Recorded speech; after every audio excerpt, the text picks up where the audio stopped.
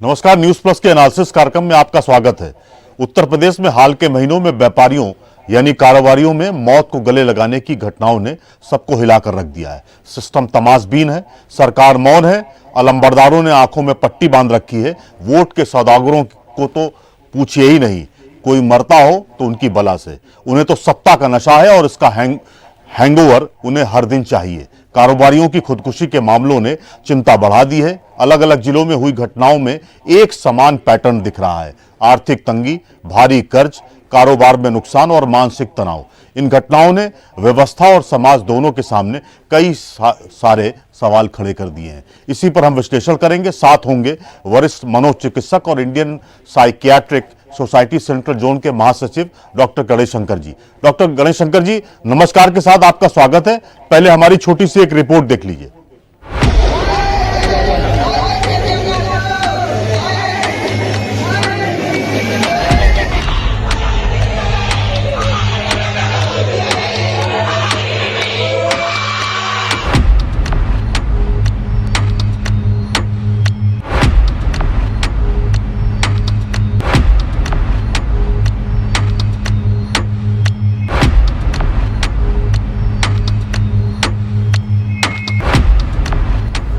उत्तर प्रदेश में हाल ही के दिनों में व्यापारियों की आत्महत्या करने के कई चिंताजनक मामले सामने आए हैं। इनमें ज्यादातर मामलों में आर्थिक तंगी, भारी कर्ज, कारोबार में नुकसान और मानसिक तनाव को मुख्य कारण बताया जा रहा है। साल 2025 से 26 के बीच अलग अलग जिलों में हुई घटनाओं ने इस समस्या की गंभीरता को उजागर किया है। पहला मामला राजधानी लखनऊ से सामने आया, जहां जून 2025 में एक कपड़ा व्यापारी शोभित रस्तोगी ने कथित रूप से बैंक लोन और आर्थिक दबाव के चलते अपनी पत्नी और बेटी के साथ जहर खाकर आत्महत्या कर ली। इस मामले में परिजनों की तहरीर पर कुछ रिश्तेदारों के खिलाफ मुकदमा भी दर्ज किया गया था। तो वहीं दूसरा मामला औद्योगिक नगरी कानपुर में देखने को मिला। कानपुर के बर्रा क्षेत्र में दिसंबर 2025 में सोलर पैनल कारोबारी ओमेंद्र सिंह ने अपने कारोबारी पार्टनर पर धोखाधड़ी का आरोप लगाते हुए आत्महत्या कर ली। उन्होंने सुसाइड नोट में अपने पार्टनर को मौत का जिम्मेदार ठहराया। इस तरह बाराबंकी में अक्टूबर 2025 में एक कपड़ा व्यापारी ने कर्ज के दबाव में आकर अपनी लाइसेंसी रिवॉल्वर से खुद को गोली मार ली। वहीं कानपुर के किदवई नगर में अप्रैल 2026 में लोहे के व्यापारी अर्पित जैन ने कारोबार में भारी नुकसान के चलते चौथी मंजिल से कूदकर अपनी जान दी।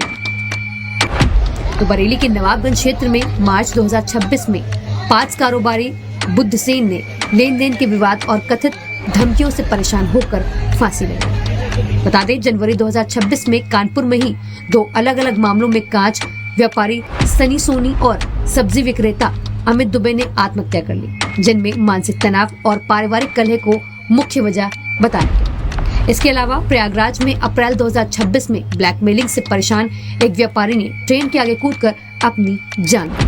वहीं कानपुर के पीलखाना और सचंडी क्षेत्रों में भी आर्थिक तंगी और व्यापार में मंदी के चलते 2 अन्य लोगों ने आत्महत्या कर ली। इन घटनाओं में भले ही परिस्थितियां अलग अलग हों, लेकिन सभी मामलों की जड़ आर्थिक दबाव और मानसिक तनाव जैसी समस्या बार बार सामने आ रही है। उत्तर प्रदेश में सामने आ रहे ये मामले सिर्फ आंकड़े नहीं हैं, बल्कि टूटते हुए परिवारों और बिखरती जिंदगियों की कहानी है। कर्ज, घाटा और मानसिक तनाव के बीच जूझ रहे व्यापारियों के लिए मजबूत सहारा कब बनेगा, ये सबसे बड़ा सवाल है। जरूरत है कि समय रहते आर्थिक मदद, सख्त कानूनी सुरक्षा और मानसिक स्वास्थ्य समर्थन को जमीन में उतारा जाए, ताकि कोई भी कारोबारी हालात से हार कर अपनी जिंदगी खत्म करने को मजबूर न हो। न्यूज प्लस के लिए स्पेशल रिपोर्ट। डॉक्टर साहब, ये क्या इस तरह के जो व्यापारी तो बहुत सारी चीजें जूझता है, ठीक है, लेकिन उसके पास फाइनेंशियल प्रॉब्लम उस लेवल पे नहीं होती है। अब देख रहे हैं बड़े बड़े व्यापारी जो हैं, जिनके करोड़ों का कारोबार है, करोड़ों का टर्नओवर है, वो सुसाइड कर रहे हैं। इसे आप क्या समझ रहे हैं? क्या सोसाइटी में भी इसी तरह की चीजें डेवलप हो रही जिसके कारण ये रास्ते अपना रहे हैं कारोबारी? राजेश जी, सबसे पहली बात तो मैं आपके न्यूज चैनल को बहुत ही आभार व्यक्त करूंगा कि आपने इस ज्वलंत विषय पर ये चर्चा आयोजित की, ये कार्यक्रम आयोजित किया। Thank you sir, thank you. आत्महत्या एक बहुत ही ज्वलंत विषय है। इस समय पूरे विश्व में जो बीमारियां सर्वोपरि हो गई हैं, सबसे ज्यादा हो गई, वो मानसिक समस्याएं हो गई हैं। और जी उसमें आत्महत्या एक बहुत ही प्रमुख मानसिक समस्या है। और हम मनोरोग विशेषज्ञ आत्महत्या को एक घटना ना मानकर एक प्रकार की जैविक प्रक्रिया यानी एक बीमारी हाँ का एंड पॉइंट मानते हैं। तो हमें यह समझ में आना चाहिए कि आत्महत्या हर 40 सेकंड में एक व्यक्ति आत्महत्या कर रहा है। इतना ओह ज्यादा आत्महत्या का प्रिवेलेंस है, यानी कि इतनी ज्यादा ये कॉमन हो गई है आत्महत्या की घटनाएं। अब हाँ, जैसे बात आपने कहा कि आपके रिपोर्ट के अनुसार व्यापारियों में बहुत सारी घटनाएं हुई हैं, खासकर कानपुर में। कानपुर औद्योगिक क्षेत्र है, औद्योगिक अड्डा है, पूरे रीढ़ की हड्डी है पूरे उत्तर प्रदेश की। तो यहाँ पर घटनाएं निश्चित तौर पे अगर बढ़ी हुई दिख रही हैं व्यापारी वर्ग में, तो यह दर्शाता है कि कहीं ना कहीं व्यापारी वर्ग तनाव में है। अब व्यापारी वर्ग को तनाव में आने के कारण क्या है, इस पे चर्चा होनी चाहिए। क्या समाधान होने चाहिए, उस पे चर्चा होनी चाहिए। जी जी। डॉक्टर साहब, क्या आपको लगता है किस तरह की प्रॉब्लम्स ये लोग फेस कर रहे होंगे? ऐसे ही डिप्रेशन तो होता नहीं होगा, या ऐसे ही टेंशन तो डेवलप होता नहीं है? कोई वजह आप देखते हैं, या सोसाइटी में जिस तरह का समाज चल रहा है वहां कुछ गड़बड़ हो रहा है क्या? जल्दी पाने की एक इच्छा जागृत हो रही, उसके चक्कर में हम थोड़ा सा मुश्किल में पैदा आप खुद ही कर रहे हैं अपने आप को। रेस, इसको देख रहे हैं क्या आप? रेस की बात थोड़ी सी, हाँ आप जो कह रहे हैं ठीक हो सकती है, लेकिन जो मेरी अपनी अंडरस्टैंडिंग है मैं वो आपके साथ साझा करता हूँ। जी प्लीज सर। पहली तो बात, व्यापारी वर्ग को हमेशा ये एक बात समझ में आनी चाहिए, हमारे व्यापारी मित्रों को, कि व्यापार एक डिफिकल्ट पैकेज है हमारे जीवन का, एक कठिन निर्णय है। हम लोग ये समझते हैं व्यापारी सिर्फ मजे में जीवन जी रहा है, जबकि ऐसा है नहीं, वास्तविकता ऐसी नहीं है। अगर नौकरी और व्यापार को मनोवैज्ञानिक स्तर पर आकलन करें तो नौकरी करने वाला व्यक्ति बहुत अमीर व्यक्ति नहीं बन पाता जीवन में, लेकिन वह एक स्थायी, सुरक्षित और हंसी खुशी वाली सामान्य जीवन जीता है। व्यापार क्या है? व्यापार में व्यक्ति बहुत अमीर बन सकता है, उसकी कोई अपर लिमिट नहीं है। तो व्यापारी वर्ग के हमारे मित्र जब व्यापार के मनोविज्ञान को ना समझ के व्यापार में कूदते हैं तब समस्या होती है। हमको यह समझ में आना चाहिए कि यदि व्यापार करने से हमें बहुत बड़ी उपलब्धि या लाभ हासिल होगा तो उससे जुड़ा बहुत बड़ा नुकसान भी साथ में ही है। This is a package of gain and loss. तो अगर हमें बहुत कम समय में इतना मुनाफा हो कि जितना एक सरकारी कर्मचारी पूरे जीवन की 40 साल की नौकरी में अर्जित करे वो हम 3 साल में अर्जित कर लें, तो क्या उसके साथ जुड़ा नुकसान नहीं होगा? उसके साथ जुड़ा नुकसान भी बहुत बड़ा होगा। और सभी व्यापारी नुकसान नहीं उठाते हैं। कौन से व्यापारी नुकसान उठाते हैं? जिनकी ट्रेनिंग नहीं है। आप खुद बताइए, मैं एक डॉक्टर हूं और 15 साल के करीब हम लोग पढ़ते हैं, तब जाके हम लोग मरीजों को ठीक करने और उसके रिस्क को, अगर किसी मरीज में कोई दवा लिखना बहुत आसान है लेकिन कॉम्प्लिकेशन को मैनेज करना बड़ा मुश्किल है। तो अगर व्यापारी वर्ग प्रॉपर ट्रेनिंग प्रोग्राम में ज्वाइन करें या प्रॉपर ट्रेनिंग के बाद ही इस रिस्क को समझे तो मेरे ख्याल से आत्महत्या कारणों से काफी हद तक बचा जा सकता है। डॉक्टर साहब, इस तरह के जो उधेड़-बुन होते हैं व्यापार में, या हम कह लीजिए सभी सेक्टर के पॉइंट ऑफ व्यू से, मैं तो अब जनरलाइज के पॉइंट ऑफ व्यू से जानना चाह रहे थे, क्या कहीं ना कहीं आपको लगता है टेंशन और अवसाद, आपको जो लोग उसको ठीक से टैकल नहीं कर पाए वो क्या खुदकुशी कर लेते हैं क्या? और ऐसे इस पीरियड में क्या आपको लगता है परिवार के लोगों को क्या फोकस रखना होगा कि हमारा बच्चा या हमारा पति या हमारा जो भी मुखिया है वो इस ओर न जा पाए और वो खुदकुशी की ओर न बढ़ पाए? क्या चीजें हमें वॉच करनी चाहिए? सबसे पहले तो हमको ये समझ में आना चाहिए कि तनाव हमारे जीवन का हिस्सा बन गया है। हर कोई किसी ना किसी प्रकार के तनाव में है, लेकिन हर व्यक्ति अवसाद में नहीं जाता और हर व्यक्ति के मन में आत्महत्या के विचार नहीं आते। तो आत्महत्या के विचार आना एक बायोलॉजिकल प्रोसेस है, ये ब्रेन में चलता है, न्यूरोकेमिकल्स के द्वारा कंट्रोल होता है। हर आदमी के पैसे का नुकसान बराबर होगा, लेकिन एक डिप्रेस भी नहीं होगा, दूसरा आत्महत्या कर लेगा। तो पहले तो हमें ये समझना है। दूसरा ये कि परिवार का रोल क्या है। परिवार का रोल ये होना चाहिए कि जब भी परिवार सतर्क रहे मानसिक समस्याओं से संबंधित चीजों, जैसे अवसाद के लक्षण पता होने चाहिए कि हमारे घर में मान लीजिए जो घर के ब्रेड विनर हैं, जो पैसा कमा रहे हैं, व्यवसायी हैं, अब उनको नींद डिस्टर्ब हो गई, उन्हें भूख नहीं लगती, उन बहुत चिड़चिड़े हो गए हैं, छोटी छोटी बात में गुस्सा करते हैं, दुखी दुखी से रहते हैं, पहले दोस्तों के साथ बैठते थे, एंजॉय करते थे, हंसते थे, अब अकेले अकेले रहते हैं, खाना भरपेट नहीं खा रहे हैं, तो ये अवसाद के लक्षण हैं। और परिवार तुरंत ही उनसे सबसे पहले तो उनकी मनोव्यथा को समझने के लिए पहले तो बातें करना शुरू करे। हम लोग जी। बातें नहीं करते, तो सबसे पहले तो उनके मन को टटोलें, समझें और डायरेक्टली भी पूछते हैं हम लोग कि आपके मन में कुछ ऐसे विचार तो नहीं आ रहे नकारात्मक कि मन करता है हम अपने आप को नुकसान पहुंचा लें। यह बहुत बड़ी गलतफहमी है कि लोग सोचते हैं अगर हम ये सवाल पूछेंगे तो वो विचार उसके मन में इम्प्लांट हो जाएंगे। गलत है। मनोविज्ञान कहता है, साइकियाट्री कहती है कि अगर किसी से ये पूछ लिया जाए कि आपके मन में आत्महत्या के विचार तो नहीं आ रहे हैं, तो उसके आत्महत्या करने के चांसेस कम हो जाते हैं। तो मन को टटोलना बहुत जरूरी है। जी डॉक्टर साहब, ये जो जिस तरह की सुसाइड तो बहुत सारे हो रहे, रोज ही 4-5 लोग, अगर आप देखें किसी भी एक शहर में 4-5 लोगों की आत्महत्या होती है। ऐसे में जो स्थितियां हैं, ये जो सोशल मीडिया है, जो एंड्रॉइड फोन है, इनका जो भरपूर इस्तेमाल किया जा रहा है, घर के अंदर भी 4-5 लोग बैठे हैं, वो अलग अलग लगे हुए हैं, वो एक दूसरे को कम्युनिकेट नहीं कर रहे हैं। ये सालों महीनों की स्थितियां हैं। मुखिया आया, घर में आया, बैठ गया, उसने ना अपनी पत्नी से ज्यादा बात की, ना अपने बच्चों से बात की और मोबाइल में लग गया। क्या आपको लगता है इस तरह से जो चीजें हैं वो बहुत क्रॉनिक होती जा रही हैं? जो हमारा सिस्टम है जीवन जीने का, वो भी बहुत मुश्किल भरा हो गया है क्या? ऐसे में हमको क्या क्या चीजें करनी होंगी जिसके कारण हम सुसाइड की ओर न जा पाए?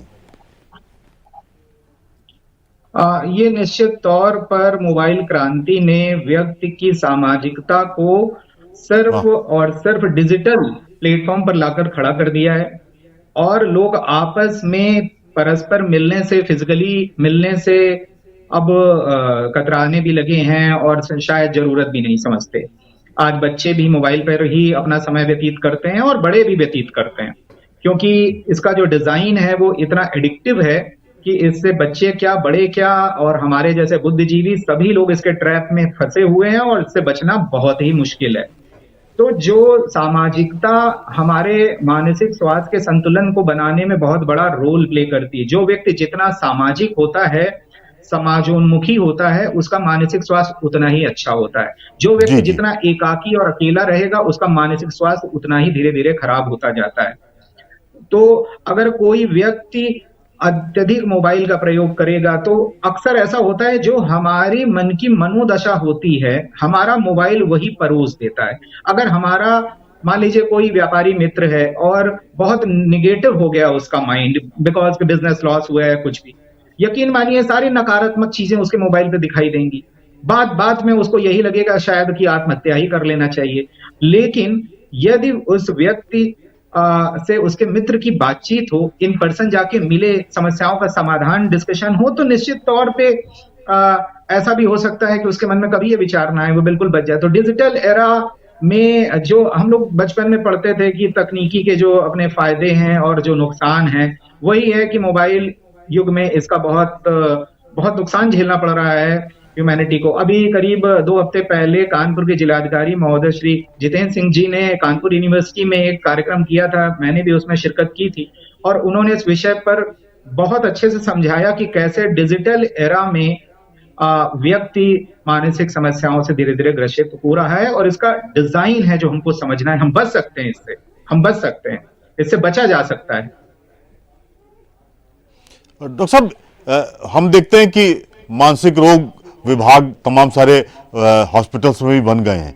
अब ये एक मानसिक बीमारी जो है अब वैसी नहीं रह गई है कि आज से 20 साल पहले था कि कुछ भी नहीं है, ठीक है, कोई डिप्रेशन में है या सिजोफ्रेनिया वाला केस है, उसको अपना एक ट्रीटमेंट। अब तो भीड़ बहुत है, हर रोज तमाम युवा परेशान हैं, तमाम बुजुर्ग परेशान हैं, तमाम महिलाएं परेशान हैं। लड़कियां परेशान हैं कि हमको टेंशन बहुत होता है। ऐसे में आपको लगता नहीं कि व्यापारियों के सामने भी तमाम सारी समस्याएं हैं, उनके तमाम एसोसिएशन हैं, कर्ज की प्रॉब्लम उनके यहाँ आ रही है, लोन की प्रॉब्लम उनके यहाँ आ रही है, क्या आपको लगता नहीं कि काउंसलिंग सेंटर अब व्यापारी के इलाके में भी खोले जाएं ताकि उनकी काउंसलिंग हो सके? इस तरह की क्या होमवर्क क्या सरकार की तरफ से इनिशिएट नहीं किया जा सकता है क्या?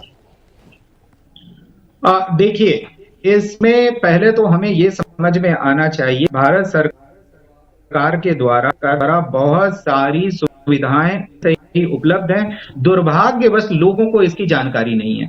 जैसे कि भारत सरकार की सुसाइड प्रिवेंशन हेल्पलाइन है 14416। अगर अब बहुत कम लोगों को इस हेल्पलाइन के बारे में पता होता है कि उसको याद रखना आसान है कि मान लीजिए धारा 144 सबको याद रहती है तो 4116, ठीक है, 14416 ये याद कर लें। साथ में गवर्नमेंट ऑफ इंडिया की टेली मानक है, ई संजीवनी है। क्या आपको लगता है कि मेंटल हेल्थ सपोर्ट सिस्टम वो हमारे यहाँ नाकाफी है या उसमें बहुत सारा काम हुआ है?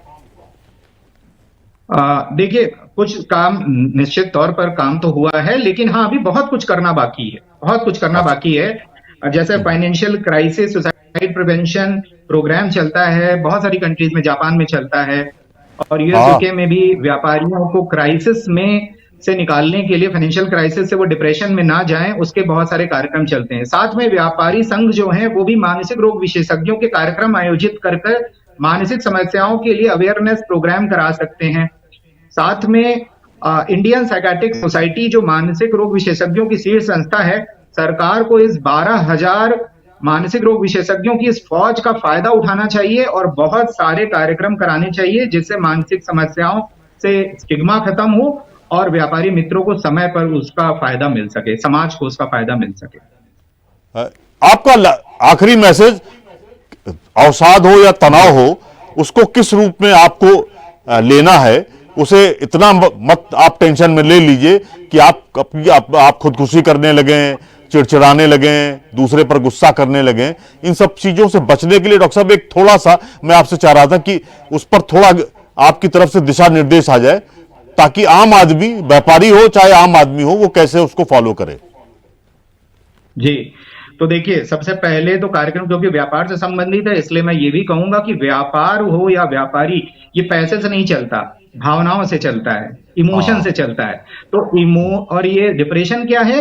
ये मूड डिसऑर्डर है, यानी भावनाओं की बीमारी है। तो सबसे पहले तो समाज में लोगों को इस मानसिक समस्या, इस डिप्रेशन के बारे में जानकारी हो, हर कोई बात करे। हम इससे बचते क्यों हैं? इतना छोटा क्यों मानते हैं कि अगर हमें डिप्रेशन हो गया? तो सभी लोग इसके लिए अवेयर हो, नंबर 1। नंबर 2, चाहे आप व्यापार करें, नौकरी करें, कुछ भी करें, अपने जीवन के तनाव को अपने बेडरूम तक मत ले जाइए, अपने घर के अंदर मत ले जाइए। तीसरा ये है कि मित्र बनाइए, सामाजिक योगदान करिए, इससे मानसिक स्वास्थ्य ठीक रहता है। एकाकी जीवन मत जिए, ये मोबाइल और ये सारी चीजें बहुत खराब है कि हम 24 घंटे सोशल लाइफ में इन्वॉल्व है।